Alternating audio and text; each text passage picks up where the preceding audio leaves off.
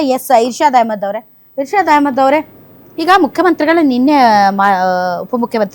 ಮುಖ್ಯಮಂತ್ರಿಗಳು ಮಾತಾಡಿದ್ರು.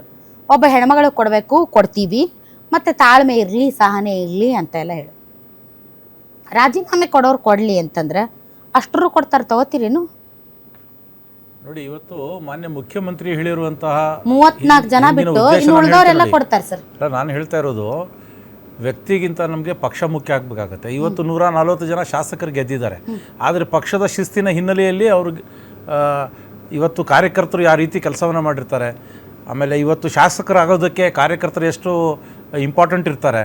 ಸೊ ಪಕ್ಷ ವ್ಯಕ್ತಿಗಿಂತ ಪಕ್ಷ ದೊಡ್ಡದಾಗಿರಬೇಕು. ಸೊ ಪಕ್ಷದಲ್ಲಿ ಶಿಸ್ತಿರಬೇಕು ಅನ್ನುವಂಥ ಒಂದು ಹಿನ್ನೆಲೆಯಲ್ಲಿ ಅವ್ರು ಹೇಳಿರುವಂಥದ್ದು. ಸೊ ಹಾಗಾಗಿ ಇವತ್ತು ಶಾಸಕರು ಅವರಿಗೆ ಬೇರೆ ಬೇರೆ ರೀತಿಯಲ್ಲಿ ನಾವು ವ್ಯವಸ್ಥೆ ಮಾಡಿ ಕೊಡ್ತೀವಿ, ಏನಾದರೂ ಅವರ ಒಂದು ಅಸಮಾಧಾನವನ್ನು ನಾವು ಕೇಳ್ತೀವಿ ಅಂತ ಹೇಳಿದ್ರಲ್ಲ, ರಾಜೀನಾಮೆ ಕೊಡ್ತಾರೆ ಅಷ್ಟರು ಕೊಡ್ಲೆ. ನಾವು ಹೇಳ್ತಾ ಇರೋದು ನೋಡಿ, ಇವತ್ತು ಪಕ್ಷದ ಶಿಸ್ತಿನಲ್ಲಿ ಅಲ್ಲಲ್ಲ, ಅದು ಯಾವ ಹಿನ್ನೆಲೆಯಲ್ಲಿ ಅವ್ರು ಹೇಳಿದ್ದಾರೆ, ಯಾವ ಹಿನ್ನೆಲೆಯಲ್ಲಿ ಹೇಳಿದ್ದಾರೆ ಅದನ್ನು ನಾವು ನೋಡ್ಬೇಕಾಗ್ತದೆ. ಅದು ನಾನು ಹೇಳ್ತಾ ಇರೋದು, ಪಕ್ಷಕ್ಕಿಂತ ದೊಡ್ಡವರು ಯಾರೂ ಇಲ್ಲ. ಮತ್ತೆ ಇವರೆಲ್ಲ ಯಾರ್ಯಾರು ಇವತ್ತು ಮಂತ್ರಿಗಳಾಗಿದ್ದಾರೆ ಅವರೆಲ್ಲ ಬಿಡಬೇಕಾಗಿತ್ತು. ಪಕ್ಷಕ್ಕಿಂತ ವ್ಯಕ್ತಿ ಮುಖ್ಯ ಅಲ್ಲ, ಹಣಬಲ, ತೋಳ್ಬಲ, ಜಾತಿ ಬಲ ಇರುವಂತ ನಾವು ಅಲ್ಲ ಸರ್. ಈಗ ಫಸ್ಟ್ ಲಿಸ್ಟ್ ಅಲ್ಲಿ ಬಂದವ್ರು ಆಲ್ಮೋಸ್ಟ್ ಆಲ್ 2 ಸರಿ 3 ಸರಿ ಮಂತ್ರಿ ಆದವರು. ಪಾಪ ಕಾರ್ಯಕರ್ತರಿಗೆ ಹೊಸದಾಗಿ MLA ಬಿಟ್ಕೊಡ್ಬೇಕಾಗಿತ್ತು. ನೋಡಿ, ಅವರಿಗೆ ಒಂದು ಅವಕಾಶ ಆಗಿದೆ. ಮುಂದೆ ನೋಡಿ ಎಷ್ಟು ಜನ ಹೊಸಬ್ರು ಕೊಟ್ಟಿದ್ದಾರೆ ಹೇಳಿ. ಪಕ್ಷದಲ್ಲಿ ಯಾರು ಒಂದು ತಾಳ್ಮೆಯಿಂದ ಕೆಲಸ ಮಾಡ್ತಾರೆ, ಒಳ್ಳೆ ರೀತಿಯಲ್ಲಿ ಕೆಲಸ ಮಾಡ್ತಾರೆ, ಅವ್ರಿಗೆ ಇವತ್ತಿಲ್ಲ ನಾಳೆ ಭವಿಷ್ಯ ಇದೆ ಅಂತ ಹೇಳಿರೋ ಹಿನ್ನೆಲೆಯಲ್ಲಿ ಅವ್ರು ಹೇಳಿದ್ರು. ಏನ್ ಹೇಳಿ ಸರ್? ನೋಡಿ, ಇವತ್ತು ಅವ್ರ ಮೇಲೆ ಆರೋಪ ಇರುವಂತದ್ದು ಇನ್ನೂ ಸಾಬೀತಾಗಿಲ್ವಲ್ಲ, ಇವತ್ತು ಅವ್ರ ಮೇಲೆ ಆರೋಪ ಇರುವಂತದ್ದು. ರಾಜೀನಾಮೆ ಕೊಟ್ಟಾಗಿದೆ, ಅವರೇ ರಾಜೀನಾಮೆ, ಅವ್ರ ನೈತಿಕ ಹೊಣೆ ಹೊತ್ತು ರಾಜೀನಾಮೆ ಕೊಟ್ಟಿದ್ರು. ಆಮೇಲೆ ಅದ್ರ ಮೇಲೆ ಅವ್ರು ಇವಾಗ ಆರೋಪ ಸಾಬೀತಾಗಿಲ್ಲ, ಅವ್ರನ್ನ ನೈತಿಕ ಹೊಣೆ ವ್ಯಾಲಿಡಿಟಿ ಮುಗೀತು. ಈಗ ಅಲ್ಲ, ನೈತಿಕ ಹೊಣೆ ಹೊತ್ತು ಇವತ್ತು ಅವ್ರು ರಾಜೀನಾಮೆ ಕೊಟ್ಟಿರೋ ಹಿನ್ನೆಲೆಯಲ್ಲಿ ಅವ್ರ ಮೇಲೆ ಯಾವುದೇ ಅಪರಾಧ ಅಂತ ಪ್ರೂವ್ ಆಗಿಲ್ಲ, ಆರೋಪ ಇದೆ. ತನಿಖೆ ವಿಷಯ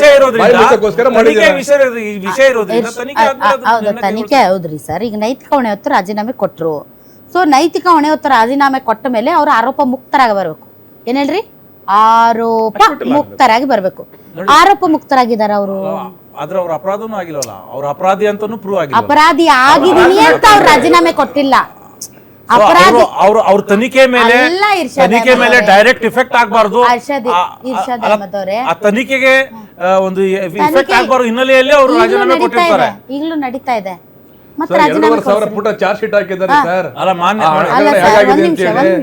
ಒಂದ್ ನಿಮಿಷ.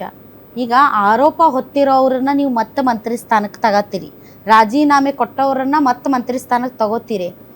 ಏನೂ ಮಾಡದೇ ಇರೋರು, ಸಚ್ಚಾರಿತ್ರರು, ಯಾವುದೇ ಆರೋಪಗಳನ್ನ ಎದುರಿಸದೇ ಇರೋರು, ಜಾತಿ ಬಲ ಇಲ್ಲದೆ ಇರೋರು, ಹಣಬಲ ಇಲ್ಲದೆ ಇರೋರು, ಕೇವಲ ಪಕ್ಷವನ್ನೇ ನಂಬಿ ಪಕ್ಷಕ್ಕೋಸ್ಕರ ನಿಷ್ಠೆ ತೋರಿಸಿರುವಂತ ಹಲವಾರು ಜನ ಸರದಿ ಸಾಲಿನಲ್ಲಿ ನಿಂತಿದಾರಲ್ಲ, ಅವ್ರು ಕಂಡಿಲ್ಲ.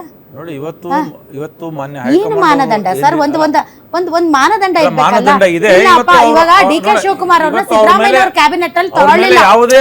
ಸಿದ್ದರಾಮಯ್ಯ ಅವ್ರನ್ನ ಕ್ಯಾಬಿನೆಟ್ ಅಲ್ಲಿ ಇದೇ DK ಶಿವಕುಮಾರ್ ಅವರು ಇವತ್ತು ಏನ್ ಭಾಷಣ ಹೊಡಿತಾ ಇದ್ದಾರಲ್ಲ, ಇದೇ DK ಶಿವಕುಮಾರ್ ಅವರು ಏನು ಪವರ್ ಮಿನಿಸ್ಟರ್ ಆಗಿ ಆಮೇಲೆ ಬಂದ್ರಲ್ಲ, ಆ ಒಂದು ಸಚಿವ ಸಂಪುಟದಲ್ಲಿ ಫಸ್ಟಿಗೆ ಇವ್ರ ಹೆಸರು ಇರಲಿಲ್ಲ. ಯಾಕೆ ಹೇಳಿ?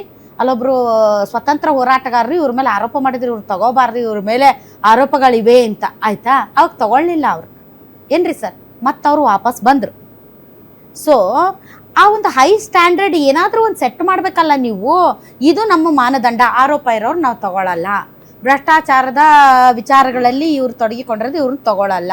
ಏನೋ ಒಂದು ಇರ್ಬೇಕಲ್ಲ ನಿಮ್ಗೆ. ಏನು ಇಲ್ಲ, ರಾತ್ರಿ ಬೆಳಗಾದ್ಮೇಲೆ ಲಿಸ್ಟ್ ರೆಡಿ ಮಾಡಿ ಇವ್ರು ತಗೊಳ್ರಿ, ಕೊಟ್ರ ಪಾಪ ಮುಖ್ಯಮಂತ್ರಿಗಳಿಗೆ ಅವ್ರು ನೋಡಿದ ತಕ್ಷಣ ಎದೆ ದಗ್ಗಂತವ್ರಿಗೆ, ಅಯ್ಯೋ ದೇವ್ರೆ ಏನೋ ಮರೆಯ ಇಂಥದ್ದು ಕೊಟ್ಟು ಬಿಟ್ಟಾರ, ನಾಳೆಯಿಂದ ಇದನ್ನ ಪರಿಣಾಮ ನಾನು ಎದುರಿಸ್ಬೇಕಲ್ಲ, ಇದನ್ನ ಹೆಂಗಪ್ಪ ನಾನು. ಅವ್ರು ಹೇಳಿದ್ರಂತ ಅಲ್ಲಿಂದ ನೀವು ಟ್ರಬಲ್ ಶೂಟ್ ಮಾಡ್ಬಿಡ್ರಿ ಎಲ್ಲಾರು ಅಂತ. ಅದಕ್ಕೆ ಅವ್ರು 2 ನಿಮಿಷದಲ್ಲಿ ರಾಜೀನಾಮೆ ಅಂದ್ಬಿಟ್ರು, ಮುಗಿದೋಯ್ತು ಕಥೆಯಲ್ಲಿ. ಪಕ್ಷದ ಶಿಸ್ತು ಇಂಪಾರ್ಟೆಂಟ್ ಇದೆ ಅಂತ ಹಿನ್ನೆಲೆಯಲ್ಲಿ ಹೇಳಿದ್ದಾರೆ. ಸುಮ್ಮನೆ ಮಾನ್ಯ ನಾಗೇಂದ್ರ ಅವ್ರ ಮೇಲೆ ಯಾವುದೇ ಅಪರಾಧ ಆಗಿಲ್ಲ. ಅವರ ನೈತಿಕ ಹೊಣೆ ಹೊತ್ತು ರಾಜೀನಾಮೆ ಕೊಟ್ಟಿದ್ರು, ಇವತ್ತು ಅವ್ರು ವಾಪಸ್ ಬಂದಿದ್ದಾರೆ. ಅವ್ರ ಮೇಲೆ ರಾಜಣ್ಣ ಏನ್ ಅಪರಾಧ ಮಾಡಿದ್ರು, ಎದಕ್ಕೆ ಅವ್ರ ಹತ್ರ ರಾಜೀನಾಮೆ ಇಸ್ಕೊಂಡ್ರಿ? ನೋಡಿ, ಇವತ್ತು ಹೈಕಮಾಂಡ್ ಅವರು ಏನ್ ನಿರ್ಣಯ ಕೈಗೊಂಡಿರ್ತಾರೆ ನಿಮಗೆ ಹೆಂಗ್ ಗೊತ್ತಾಗಬೇಕು? ಅದಕ್ಕೆ ಪಕ್ಷಬದ್ಧವಾಗಿರ್ತದೆ. ಅಲ್ಲ, ನೀವು ಗುಲಾಮಿ ಸಂಸ್ಕೃತಿ, ನಾವು ಅಲ್ಲ. ಅಯ್ಯೋ, ಅವ್ರಿಗೆ ಕೊಟ್ಟು ಗುಲಾಮರು ನೀವು. ನೀವು ಯಾವ ರೀತಿ ಮೋದಿ ಅವ್ರ ಮುಂದೆ ನೀವು ನಿಂತ್ಕೊಳ್ತೀರಿ, ಯಾವ ರೀತಿ ಈ ರಾಜ್ಯದ ವಿಷಯಗಳು ಮಾತಾಡ್ತೀರಿ, ಅರ್ಥ ಆಯ್ತಲ್ಲ? ಇಡೀ ದೇಶ ಸಾಕ್ಷಿ ಆಗಿದೆ ಅದ್ರ ಮೇಲೆ. ತಪ್ಪು, ಮೋದಿ ಅವ್ರ ಮುಂದೆ ನಿಂತ್ಕೊಳ್ಳೋದಲ್ಲ.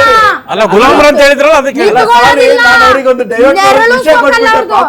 ಅಲ್ಲ, ನೆರಳು ಸೋಕಲ್ಲ. ಅಲ್ಲ, ನೀವು ಹೇಳ್ತಾ ಇರೋದು ಗುಲಾಮರಲ್ಲ, ಅದಕ್ಕೆ ನಿಮ್ಮ ಗುಲಾಮಗಿರಿ ಹೇಳಿರೋದು. ನಿಮ್ಮ ಗುಲಾಮಗಿರಿ ಯಾವ ರೀತಿ ಹೇಳಿರೋದು? ಅಲ್ಲ, ಇವತ್ತು ನಿಮ್ಮನ್ನ ನಾವು ಕರ್ಸಿದೀವಿ ಈ ವಿಚಾರ. ಅವರೆಲ್ಲ ಮಾತಾಡಿ ಅವ್ರು ಏನು ಚರ್ಚೆ ಮಾಡಿನೇ ಮಾಡಿರ್ತಾರೆ. ಒಂದ್ ನಿಮಿಷ